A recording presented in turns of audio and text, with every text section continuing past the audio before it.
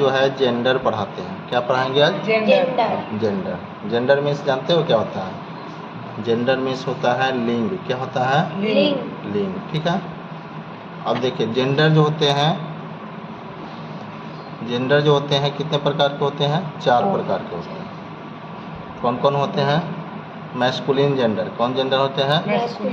Masculine gender. दूसरा होता है फेमिनिन जेंडर। ठीक है। और तीसरा जो है कॉमन जेंडर होते हैं। और चौथा जो होते हैं न्यूटर जेंडर होते हैं। कौन जेंडर होते हैं? न्यूटर। ठीक है। तो फिर जो है पहला पढ़ाते हैं मैस्कुलिन जेंडर के बारे में। ठीक है।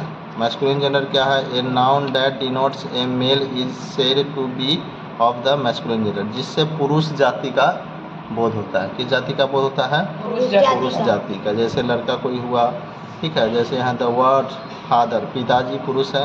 किंग, राजा पुरुष है। घोड़ा पुरुष है। ठीक है। ये सब कौन जेंडर हो गया? Masculine gender. ठीक है। फिर क्या है सेकेंड में जो है फेमिनिन जेंडर। क्या पढ़ाएंगे हम? फेमिनिन जेंडर का मतलब क्या होता है? स्त्रीलिंग। क्या होता है? ठीक है। क्या? A noun that denotes a female is said to be of the feminine gender, जिससे स्त्री जाति का बोध होता है। क्या चीज़ का बोध होता है? स्त्री जाति का बोध होता है। ठीक है।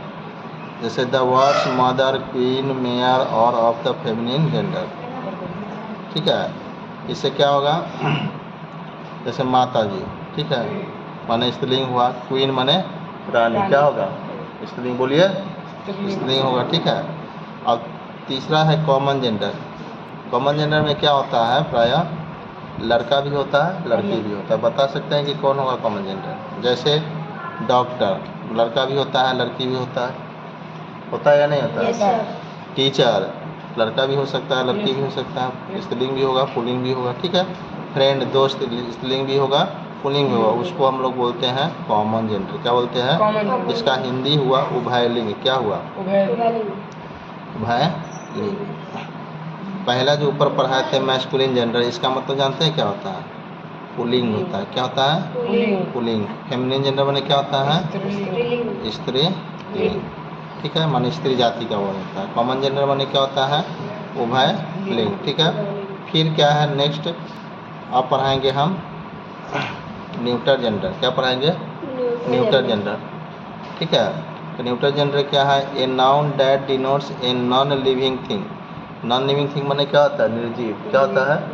जिससे ना स्त्रीलिंग जाति का बोध होता है ना पुल्लिंग जाति का नहीं बोध होता है। पता नहीं चलता है कि स्त्रीलिंग है या पुल्लिंग, यानी पहचान करना मुश्किल है उसके लिए। जैसे हम बोलते हैं यहाँ पे द वर्ड्स हाउस हुआ, ठीक है, घड़ी हुआ, स्त्रीलिंग पुल्लिंग यानी न्यूटर जेंडर में चला जाता है। किस में चला जाता है?